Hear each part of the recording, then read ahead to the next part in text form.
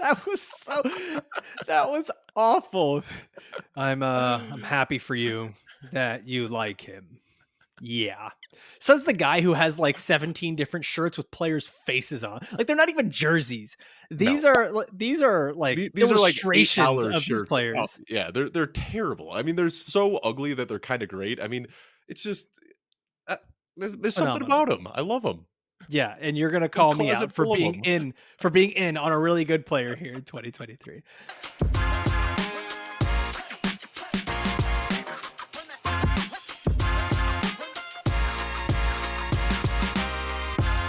This is the biggest and best episode of the Football Guys Fantasy Football Show. We are talking about our football guys' favorites. These are the guys that are just absolutely must draft players. We are putting our stamp on them. They're our favorites. When we get into our own personal drafts, big drafts, industry league, every single fantasy football draft, these are the guys that we want. And Dave, I'm sure that the reactions are just going to be totally rational. Am I right? Of course, yeah, everything is gonna be level-headed and measured. We're not gonna be reaching for these guys at all.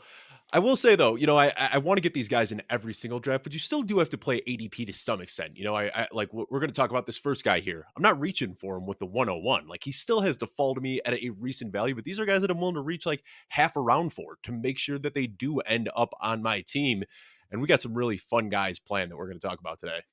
So we're going to go position by position and talk about our favorite player to draft through each position. And then we're going to give you guys a late round player that we just absolutely must have on every single one of our rosters. So Dave, kick us off with your favorite tight end to draft in fantasy football for 2023. So I really, really went out on a ledge with this one here, and I'm going to talk a little bit about the game theory behind it as well. I'll just I went with Travis Kelce, all right, and I know it sounds Oh my crazy. gosh. I know, but You're I've done really brave. I hundreds. want to applaud your bravery here today on the show. Thank I've you. done This is analysis. I've done hundreds of drafts this year. I do hundreds of drafts every single year. And this is the first year where I finally said, I am not falling for sleeper tight ends. Like, every single year, I trick myself into thinking, who needs Travis Kelce when I can get this guy in round 17 and he's going to give me similar production? And finally, I'm at the point where I just want Travis Kelce, and I am okay taking him as early as 101. Now, I diversify a little bit. I'm not taking Travis Kelce first off the board in every single draft that I'm in, but I think there's a realistic scenario where you do take him at 101. And when you start looking at the positional advantage he gives you, first of all, he's been the tight end one in all but one season dating back to 2016. So he's as safe as it can come. So I compared him to Tyler Higbee. Tyler Higbee was the tight end 6 last year. So you Okay. figure he's like an average tight end 1. Travis Kelce outscored him by 9.1 points per game last year, all right? That's the same difference between Cooper Kupp, who was the wide receiver 1, and Zay Jones, who was the wide receiver 32. That's the type of Yeah. advantage you're getting from a guy like Travis Kelce. And then you could say, okay, Dave, well, what if he's, I could draft a tight end 2. Well, last year the tight end 2 was George Kittle, and the difference between Travis Kelce and George Kittle was the same as the difference between Cooper Kupp and Keenan Allen, the wide receiver 12. You start looking at other positions. Travis Kelce would have been the wide receiver 5. He would have been the RB4. He outscored CeeDee Lamb, A.J. Brown, Derrick Henry, Saquon Barkley, Nick Chubb. This is a position, the tight end. If you're streaming the position, you're hoping for like 3 catches, 31 yards, maybe a touchdown in there. Like, that's what you're hoping for from your tight end 1. You're just getting 19 points a week from Travis Kelce. So this is the year where I'm going great or completely late and just not even caring at all. I want to make fun of you because I mean, like, you're really, I want to applaud your bravery, maybe get you a purple heart or something for fantasy football here for talking about Travis Kelce as your must draft tight end. But everything you said does make sense here, right? Like, this is a situation in Kansas City that really hasn't changed all that much. If anything, you could argue that the passing volume may get funneled even more to Kelce with the loss of Juju Smith-Schuster, with their main running back being Isaiah Pacheco, a guy who doesn't get used in the passing game. Whereas like last year, you had Juju, you had CEH, you had all these players that were really part of that nucleus of the weapons that Patrick Mahomes was targeting. So yeah, I see it. I see it. I'm gonna go a little differently when I get to tight end. But before we do that, if you're enjoying this video, please be sure to like this video, leave a comment. Maybe you want to make fun of Dave for being a big strong man picking Travis Kelce, the tight end 1 everywhere as the tight end that he's going to draft. And you can leave that comment and please subscribe to the channel here because we're going to be bringing you episodes all throughout the preseason. And then when the regular season starts, we're going 4 episodes per week, Monday through Thursday, and then we're giving you a Sunday live start sit every single week. Now, Dave, I'm going to give you my favorite tight end to draft here. And I don't think I went that deep down the rabbit hole here at tight end, and I probably will get a little bit of flack for this too. I went with Darren Waller. He's a guy that I just cannot quit because it's like everything had been extinguished with Darren Waller. I think we were all ready to give up on him. We were calling him washed, and then this trade to the Giants really changed everything. It just ignited those fires back up again for me with Darren Waller. And you look at the roster, he's the top target on the Giants. And I don't think anyone can argue that. You look at the wide receivers, Paris Campbell, Darius Slayton, Isaiah Hodgins, Sterling Shepard, who we love, Jalen Hyatt, rookie, and then Wan'Dale Robinson, who's still currently on the pup. So you've got all these guys who, for the most part, are smaller. And also, a lot of them haven't been healthy for full seasons. We just don't see that. Now, Darren Waller's had his own health issues in the past too, but a lot of these things are not necessarily recurring injuries where there's too much reason to worry, even at his age. So last season, taking a look at these wide receivers for the Giants, no Giants wide receiver who played more than 8 games finished with a target share per game above 17%. This is something that Daniel Jones has done throughout his career. He does not really target the wide receiver. Now, you could say it's a skill thing, it's availability, right? But even when we go back to a different tight end being on this team, okay, let's just take a look at this as a whole. Daniel Jones targeted the wide receiver position as a whole less than 60% in every season of his career. And then I want to credit Mike Wright of the Fantasy Footballers for this data here, okay? Teams having a wide receiver target share below 60%, which, like I said, Daniel Jones has done every single year, on average, target the top tight end on the team 24% of the time.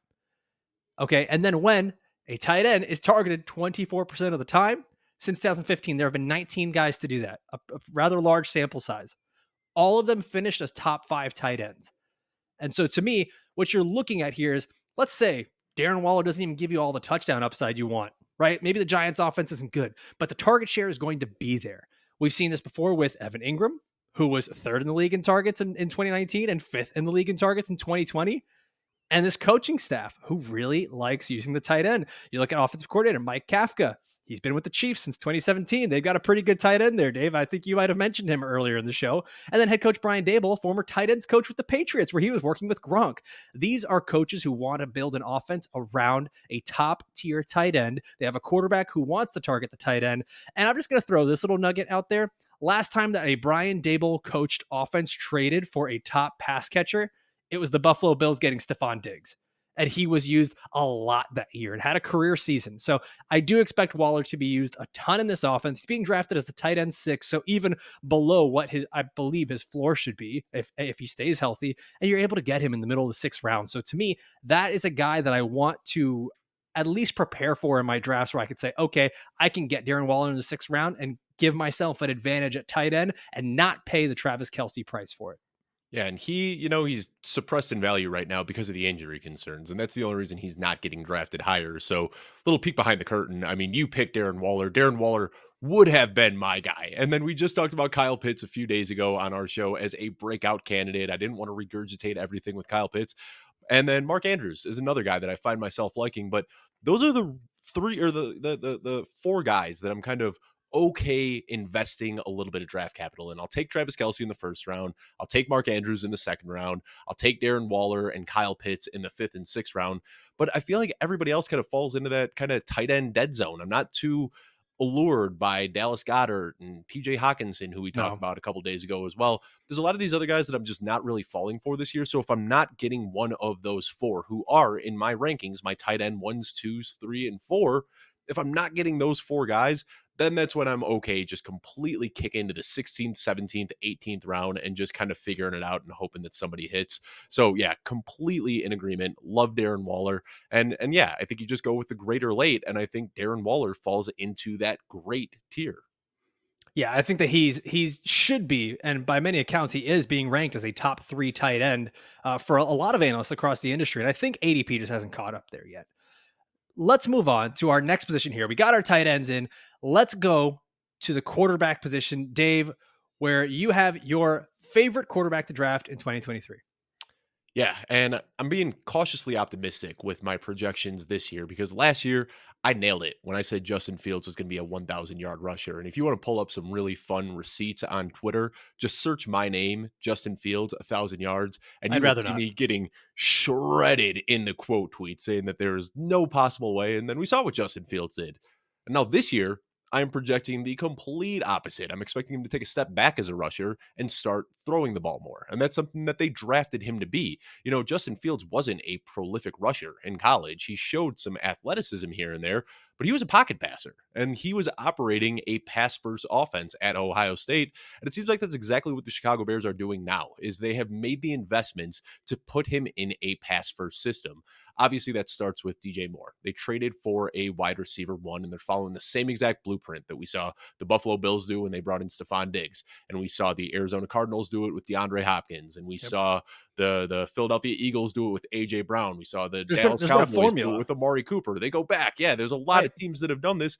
The Bears aren't trying to reinvent the wheel here. They said this is the blueprint that has proven to be successful to develop a quarterback.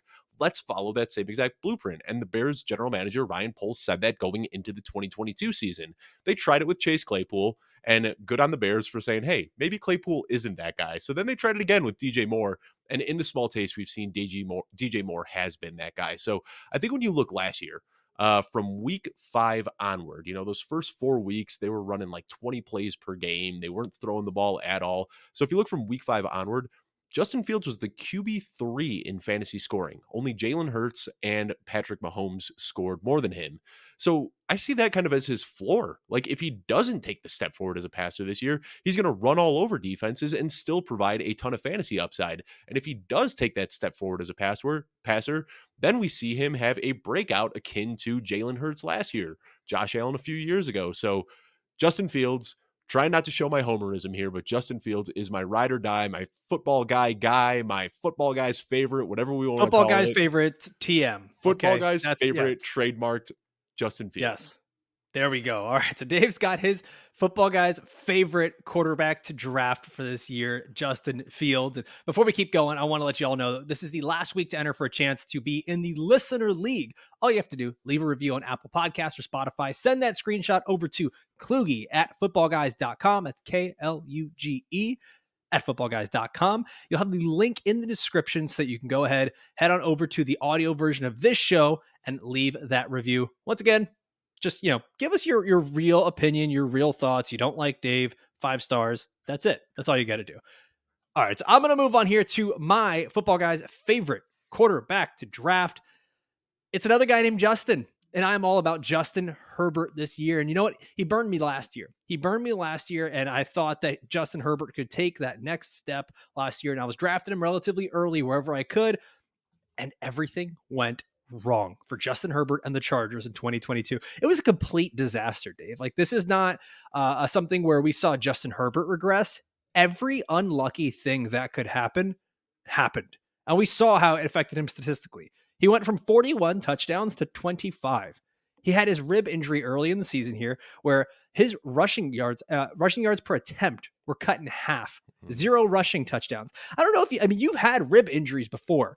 Like, try just doing anything with a rib injury. Try I get bruised in my midsection, and like I don't even want to record because sitting in the chair hurts. So this guy was going out and playing football games every single week and still doing his best to perform at a high level. On top of that, okay, you have a guy who loses his starting wide receivers for a long period of time here. Keenan Allen and Mike Williams both getting hurt, where for a while there, his top wide receiver was Joshua Palmer, who is a nice player, but it's not the same thing.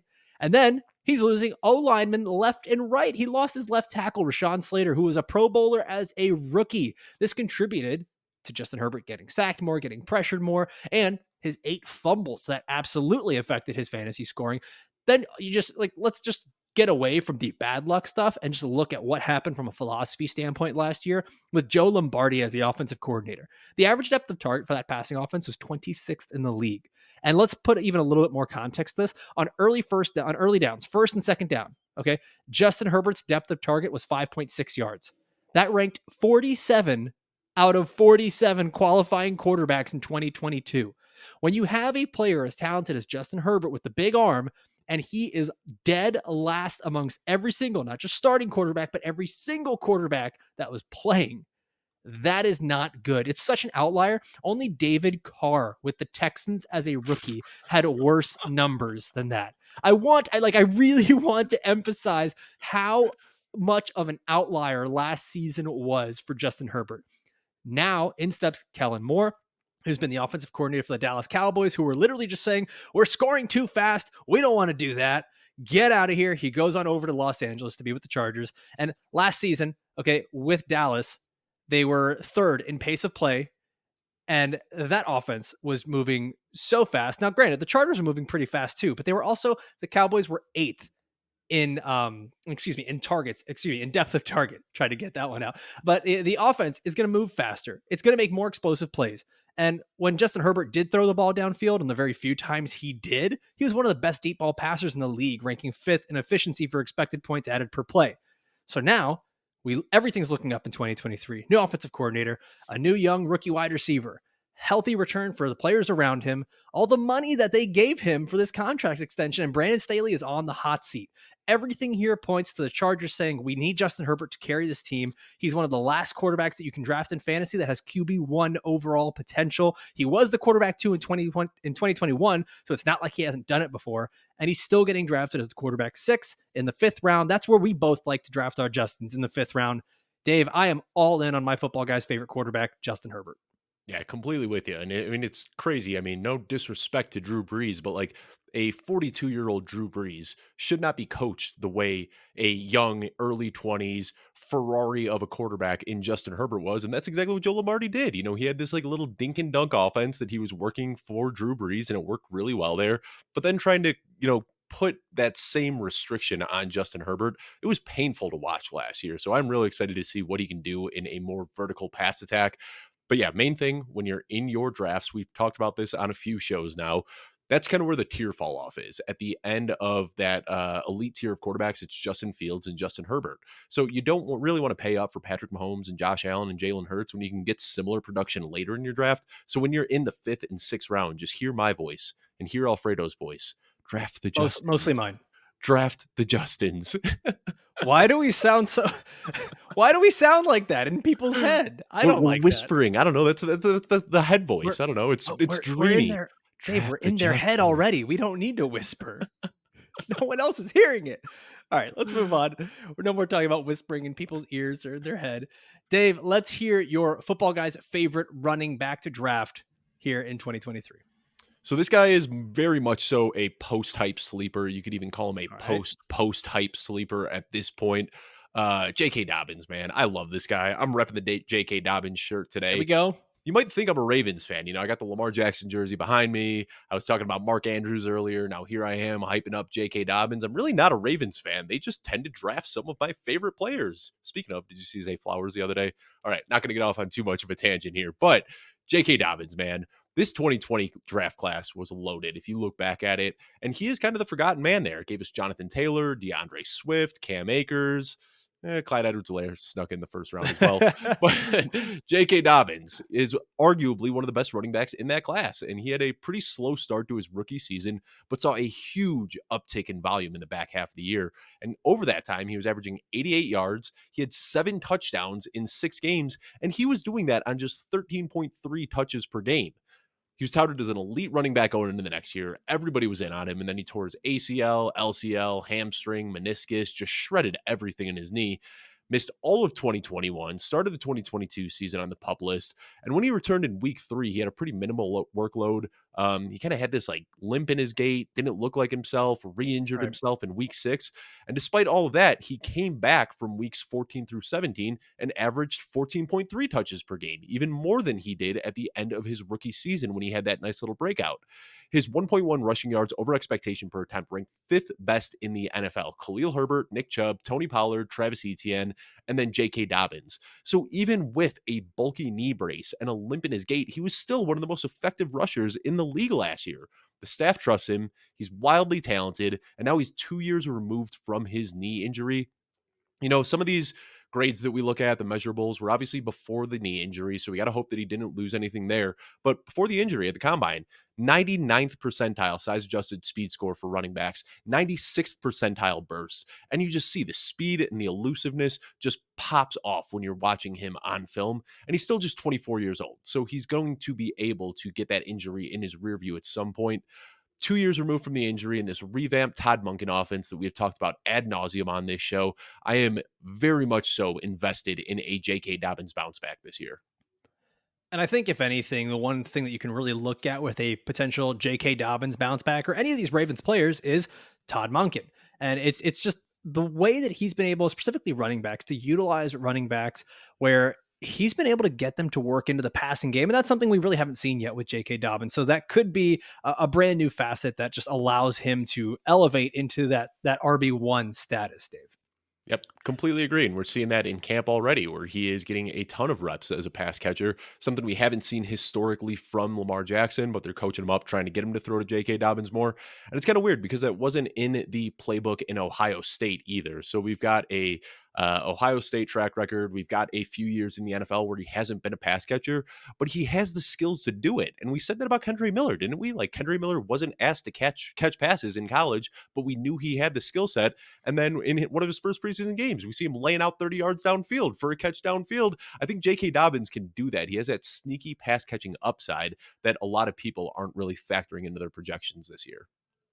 All right, before we move on here, I want to let you guys know about Sleeper. It is an incredible fantasy app. That's where Dave and I have all of our fantasy leagues, okay? And what Sleeper is doing is just a little feat here, okay? They have become the fastest organically growing fantasy platform in the world with over 5 million active users. And now they're introducing a brand new, really fun thing that you can do here on the app, okay? It's called Sleeper Picks. It's a real money product. It's going to connect you and your friends over taking a look at some players, some of your favorite players from pregame, live, even across different sports, and you can pick 2 to 8 of them and decide, are they going to go for more or less than the predicted stats that are there in the app? Okay. And you can get up to 100 times potential payout on Sleeper. It's honest. It's a great app. They are adding new things all the time. I'm just speaking genuinely from the heart here, not even like reading. I'm just talking to you about how great the Sleeper app has been. They're always improving. They listen to their users. They ask for your feedback. It is phenomenal. So share this with your friends. Get rewarded together. Head on over to sleeper.com/promo/FBG. You can also check out the link in the description here of the show. Dave, I'm going to give my football guy's favorite running back to draft. And it's a player I've mentioned before. It's a player who was talked about a lot on my rankings when they were posted on social media. And it's Tony Pollard, running back for the Dallas Cowboys. And man, everything just seems to be wheels up for Tony Pollard. And I know I talked a little bit about Kellen Moore leaving that Cowboys offense, right? Things are changing and looking a little different. And I actually don't think that we know what to expect with this Cowboys offense. Are they going to run a lot more? Are they going to keep passing? Because they have set themselves up with plenty of pass catchers, Brandon Cooks and CeeDee Lamb, Michael Gallup's back. What are they going to do? It doesn't matter because Tony Pollard works into all facets of the game. He was a wide receiver in college. He's been a running back in the NFL. He has been able to be on the field no matter what the circumstances are. And that's something you want out of a top tier fantasy running back. You go back last season, over 230 touches for 1,300 plus yards, 12 touchdowns. Okay. And that was with Ezekiel Elliott on the team taking 231 more rushes. Okay.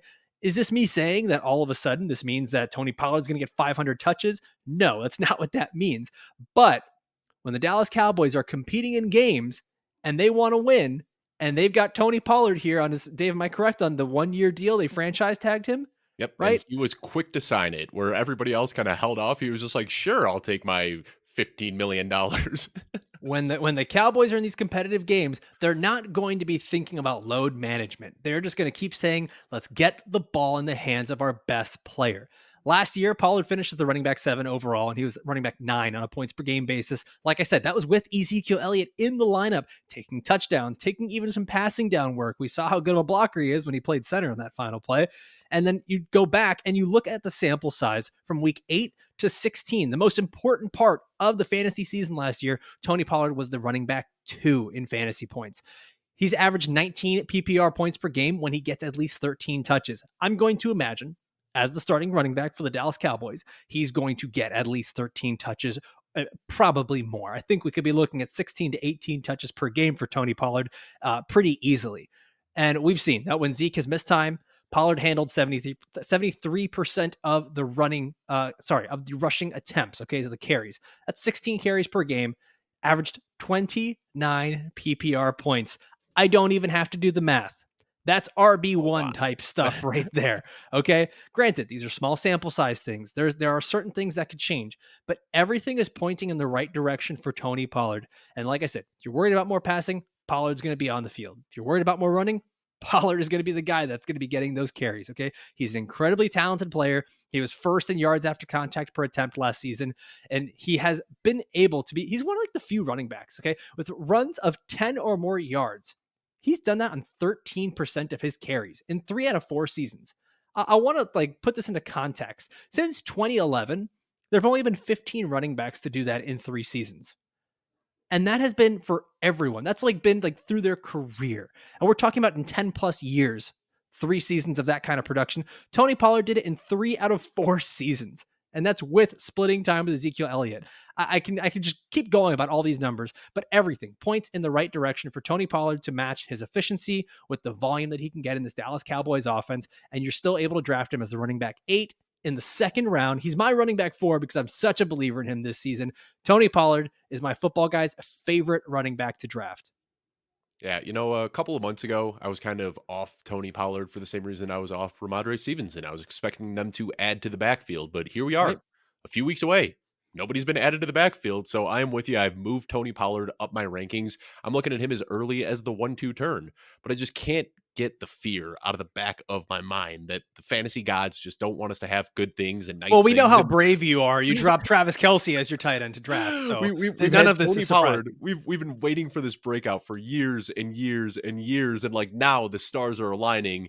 It's just gonna be tomorrow, right? They're gonna be like, oh, and the Dallas Cowboys trade for Jonathan Don't do this. Taylor. Don't do this. Please stop doing this. Stop this immediately, Dave. I'm in on Tony Pollard. I'm with you, Alfredo. I like him a lot this year.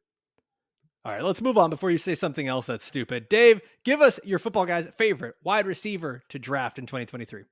Again, really going out on a ledge here. I mean, this guy's getting drafted in the second round already. I am okay drafting this guy as early as 106. Amon-Ra St. Wow, Brown, okay. Sippy Cup, as you call him. We have talked Yes. about this guy a lot on this show. I mean, he is just a target magnet. And when you start looking at the numbers, like what he's done through his first 2 years, every list you pull up for historical comps, it's like Terrell Owens, Randy Moss, Jerry Rice, like just Those guys are crazy solid. eye-popping names. Pretty good players. Yeah, I mean, he Yeah, is in decent. good company with his historical comps, but one that really jumps out to me is he has the most receptions through his first 2 seasons, tied with Justin Jefferson and Michael Thomas. What's especially crazy about that is he was a part-time player for the first half of his rookie Yeah. season. In year 2, he was injured for a chunk of the season and limited in a handful of games. So, I mean, there's so much context that you can put on top of his first 2 seasons, and it doesn't matter. Still just eye-popping numbers that he has put up. And I was kind of quick to dismiss his rookie season breakout because TJ Hawkinson and DeAndre Swift were injured. What a fool I was. You know, going You fool. into week 3 last year, before he got hurt, he was the wide receiver 3 in fantasy scoring. Just Cooper Kupp and Stephon Diggs had more points than him. And if you look at his entire season, there's a handful of games that he missed, and then another handful that he was limited in or that he left early with injury. But if you look at the games that he was healthy in, he averaged 19.7 fantasy points per game, which would have been wide receiver 5 behind Cooper Kupp, Justin Jefferson, Tyreek Hill, and Devontae Adams. So people kind of have this idea because he isn't a downfield burner and he does a lot of what he does close to the line of scrimmage. They think that he lacks a ceiling, but he pulls so many targets and he does so much after the catch that he does have a high ceiling. And then Matt Harmon talked about this. If you look at his overall reception perception grade from last year, it looks like he struggled to win deep, but he did show a trend throughout the season that he started winning deep more often as he got later in the season. So we've seen that in camp as well, where they're starting to run him on 9 routes and he's able to win deep downfield. So I think we see him really develop into a more high ceiling player because that was Cooper Kupp. You know, the big knock on Cooper Kupp for the first few years of his career was he is great at the short intermediate routes, but he can't win deep. And then all of a sudden, Stafford shows up in 2021. He starts winning deep and he starts putting up 25 points per game. I think Amon-Ra St. Brown has that same type of ceiling. I actually have him in the same tier as CeeDee Lamb. I flip-flop these guys on basically a daily basis, but That's outside of the fair. big 4, CeeDee Lamb and Amon-Ra St. Brown, love both of them, but my football guy's favorite at the wide receiver position is Amon-Ra St. Brown. There it is. Dave Kluge's must draft football guy's favorite wide receiver, Amon-Ra St. Brown for 2023. I'm going to hit you with my receiver here. And it's a guy that was actually just talked about on our last episode by our guest, Jordan Vanek. If you haven't checked that out, go and watch and listen to that episode. It was phenomenal. Jordan's a great guest, but I'm talking about Chris Olave, the wide receiver for the New Orleans Saints. And Dave, I know that you're not quite there on Chris Olave, but I'm going to continue. You love the historical comps and the data outliers and things like that. I'm going to continue to push this with Chris Olave. Okay. First and foremost, he's the wide receiver one on this team. And I know like you still kind of hold a torch there for Michael Thomas, who has played 10 games over the last 2 years. Don't put the torch down. Stop it. Okay. The training camp reports have been up and down on Michael Thomas, right? They've been inconsistent, and that's training camp reports. They are what they are. Okay. I think you tend to more listen to the negative ones because those seem to be a bit more realistic because this time of year, everyone's looking good, right? But the training camp reports have been that Chris Olave not only looks good, but looks like an absolute superstar. And last year, we were able to start to see some of the makings of a guy who could become a superstar here in the NFL. Now he's got what I believe to be an upgrade at quarterback. I don't think I'm saying anything that's all like crazy with Derek Carr being there, who has supported some very good fantasy viable pass catchers. We're talking about Devontae Adams last year, who we were worried that Devontae was going to fall off, and then Darren Waller in previous seasons. Both of these guys have been able to finish top 3 at their respective positions in 3 out of the last 4 seasons. Basically, it was the one season was when Darren Waller got hurt and couldn't play. So Derek Carr can support Chris Olave being a top tier receiver. And here's a stat that I've used before, but I love this one because it is so indicative of a player reaching success when you look at the sample size and the players around him. Okay. So since 2011, only 5 rookie wide receivers have gone for over 2.4 yards per route run. Why is that important? These players are running more nuanced routes down the field. They are creating more explosive plays. They are more likely to get targeted on more important routes as the primary read in a play. These are the 5 players who have done this: Odell Beckham Jr., A.J. Brown, Justin Jefferson, Jamar Chase, Chris Olave. There you have it. All of those other 4 wide receivers went on to score at least 16 PPR points per game in year 2 of their career. So we're talking about a nice jump for Chris Olave, who that average of 16 PPR points per game would have made him a top 12 fantasy wide receiver last season with top 8 upside. Okay. We're talking about averages. So this is a guy who's going to be giving you wide receiver 1 averages with top tier upside. And right now you're drafting him as the wide receiver 13. I understand that the ADP is a little bit higher. Okay. I'm not talking about some guy who's my favorite from like round 5 or round 6, but as the 3rd player on my roster, I'm taking him over DK Metcalf, over Deebo Samuel, over Amari Cooper, over Calvin Ridley, all these other wide receivers that are going in that same area. And you know what? I'm taking him over some of the guys that are ranked ahead of him, like T. Higgins and Devontae Smith. And I know how crazy that might sound, but I really, really love Chris Olave for this year. And I'm going to leave you with one last historical stat, Dave, because I know you like him. Okay. Since 2014, Chris Olave is 2nd amongst all rookies in targets per route run. So this is guys getting open, guys being the primary read. The only player that was better than him was rookie Tyreek Hill. So we can keep cutting up all these stats and throwing them out in different ways. Chris Olave finds himself in elite company no matter what. Yeah, I mean, we've talked about Chris Olave a lot on this show. I don't want to rain on your parade. If you love Chris Olave so much, Alfredo, why don't you marry him? Oh, boo. That was awful. We had a big conversation about Olave on the last episode with Jordan Vanek where I pushed back a little bit. I don't think the theme of this show is me trying to push back on your takes. I have my concerns, but I am happy that you like Chris Olave. That was awful. I'm happy for you that you like him. Yeah. Says the guy who has like 17 different shirts with players' faces on. Like they're not even jerseys.